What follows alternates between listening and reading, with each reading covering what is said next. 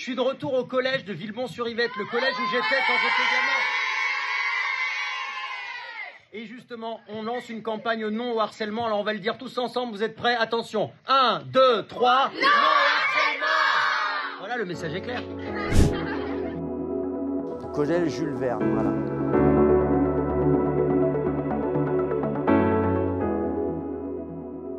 Aujourd'hui, on sait que ça existe, le harcèlement scolaire, on sait les conséquences que ça peut avoir. Et en même temps, nous à l'époque, le harcèlement, il s'arrêtait, voilà, tu vois, quand tu passais la grille, le harcèlement, il était fini. Les réseaux sociaux, ça n'existait pas, donc du coup, on retrouvait une vie avec, moi j'avais une grande sœur, mon père, ma mère, dans un environnement familial où ça se passait bien, qui était rassurant. Cette humiliation via les réseaux sociaux, via les groupes WhatsApp parfois, les pages Facebook, les Snapchat, les TikTok, etc.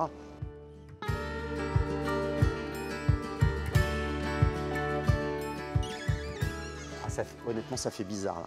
Ça fait bizarre. Je me rappelle, mon casier, il était par là-bas là.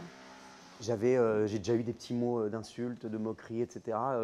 Qui étaient déposés dans le casier.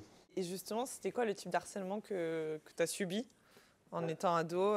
Qu'est-ce qu'on te disait? Qu'est-ce qu'on te faisait? Je pense que j'ai été identifié comme homosexuel alors que moi-même, je n'avais pas encore mis de mots sur ce que j'étais. J'avais jamais fait de coming out, mais même à l'école, il y avait ces insultes-là et ça s'est vraiment développé quand j'étais au collège, en 6e, 5e notamment. J'étais un peu bouboule en plus à l'époque, donc il y avait la double moquerie et on me disait ah, « tiens, t'as mis le soutien-gorge de ta mère » ou ce genre de trucs. Ça m'avait vraiment beaucoup touché, je me sentais rejeté et je l'étais de fait. Et mine de rien, on ne se rend pas compte de la violence que ça peut infliger à un gamin qui est en pleine construction, qui n'a pas forcément confiance en lui, qui se découvre effectivement différent de la majorité en tout cas, parce que je me suis découvert homosexuel très jeune, même si je n'en ai pas parlé. On te montre du doigt, on t'insulte.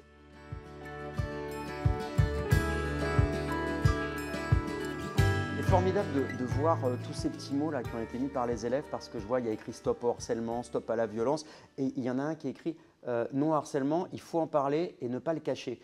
C'est hyper important. Là on voit cette idée-là de mettre ces petits mots, ça permet de briser le silence. Les enfants masquent très bien parce qu'ils ne veulent pas inquiéter leurs parents et du coup ils arrivent à se planquer. Et là quand on voit tout ça, voilà, ne pas se cacher, ne pas le cacher, en parler, mettre des mots sur les souffrances qu'on peut avoir, c'est le meilleur moyen de s'en sortir justement. Très souvent, il y a le numéro qui apparaît, le 3018. En cas de harcèlement, appelle le 3018. Il y a plein de messages comme ça. Stop harcèlement, soyez forts, venez nous en parler et c'est la vie scolaire. C'est hyper important de faire comprendre à tous ces jeunes que s'ils ont un problème, s'ils vivent mal quelque chose, il y aura au sein de l'établissement des gens susceptibles de pouvoir les écouter et du coup de pouvoir agir pour faire en sorte de faire cesser ce harcèlement.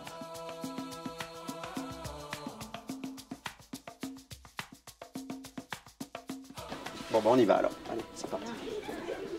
Bonjour, bonjour. Bonjour. Comment ça va? Bonjour. Bien et vous? Très bien.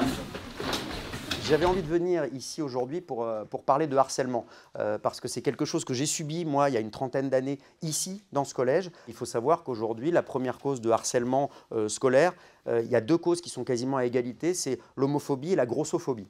Et après, il y a évidemment le racisme, et puis après, ça peut être pour tout et n'importe quoi. Il peut y avoir n'importe quel prétexte utilisé par ceux qui vont vouloir se moquer de vous et vous harceler. Est-ce qu'il y en a un ou une d'entre vous qui a vécu quelque chose comme un harcèlement ou qui a entendu parler d'une copine, d'un copain qui a été harcelé? Est-ce que quelqu'un a quelque chose à dire par rapport à ça?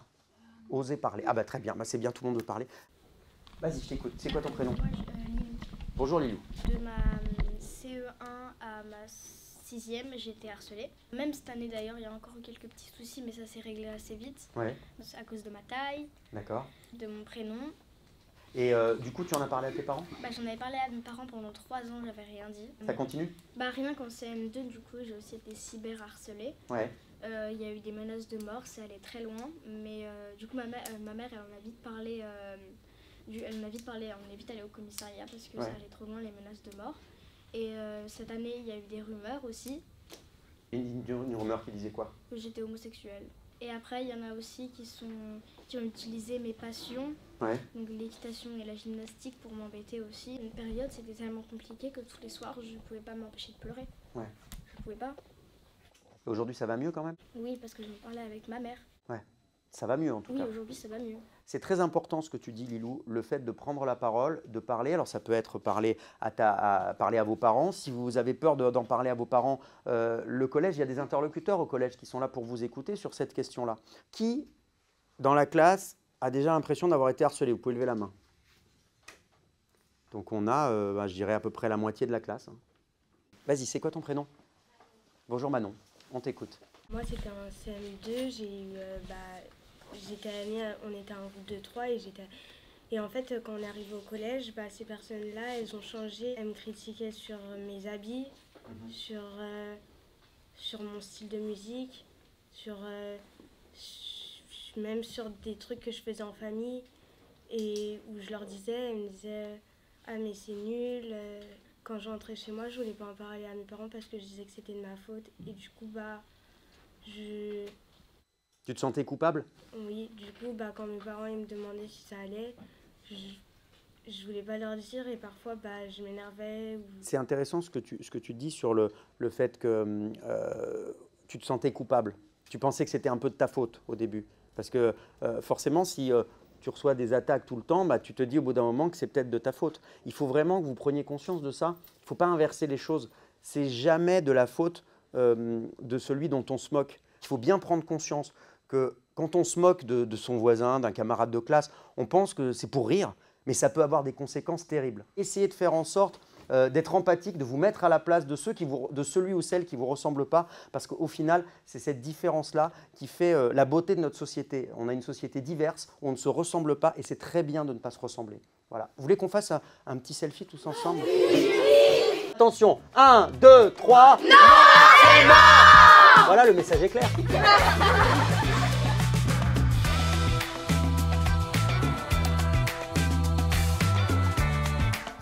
J'ai envie d'essayer de donner un message d'espoir. On peut avoir à un moment donné dans sa vie à subir le harcèlement. Ça ne veut pas dire que tout est fini. Ça ne veut pas dire qu'on ne va pas réussir à s'en sortir. Ça ne veut pas dire qu'on ne va pas trouver sa place dans la société. C'est très important de faire passer ces messages-là pour montrer à tous les jeunes qui aujourd'hui subissent le harcèlement et qui ont l'impression que leur vie est finie, que tout devient sombre, qu'ils ne vont pas pouvoir s'en sortir. C'est pas vrai. Oui, on peut s'en sortir.